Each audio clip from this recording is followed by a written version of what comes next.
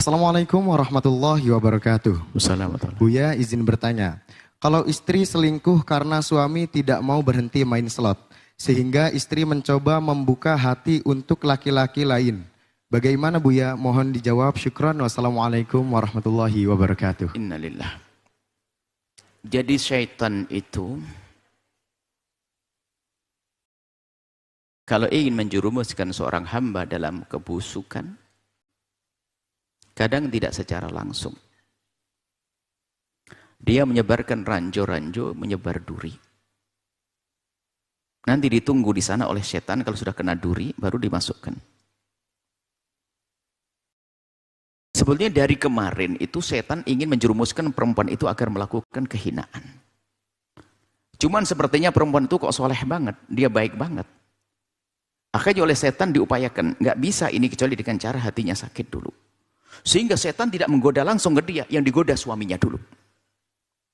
Setelah suaminya digoda, tak tahu melakukan banyak kesalahan, sehingga suaminya sudah menjadi dipandang enak bagi sang istri. Sehingga istrinya sudah tidak nyaman dengan sang suami. Jadi setannya menggoda suaminya dulu. Setelah suaminya positif dengan main apa tadi? Apa judi atau segala macam begitu, akhirnya sang istri menjadi tidak senang dekat dengan suaminya. Lah di saat seperti itulah setan berberi situ kan. Coba tengok laki-laki lain, ada yang lebih lembut dari dia. Nah, setan masuk.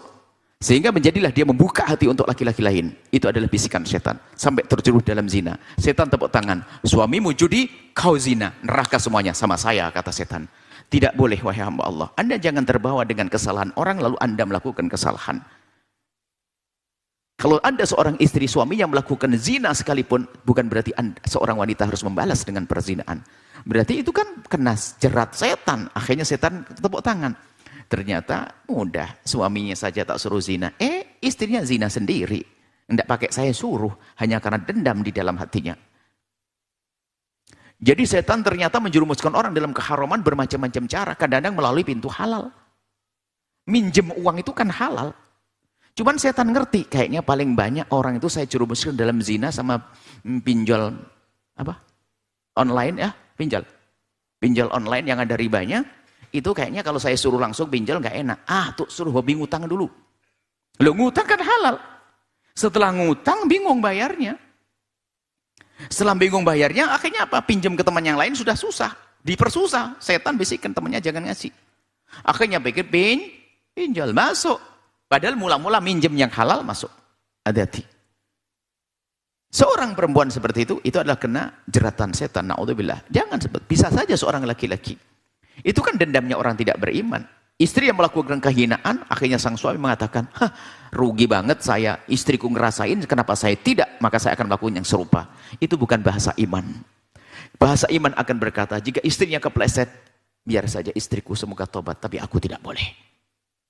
Tinggal nanti apakah dilanjutkan atau tidak, ini adalah urusan kemampuan kita di dalam mendidik atau tidak.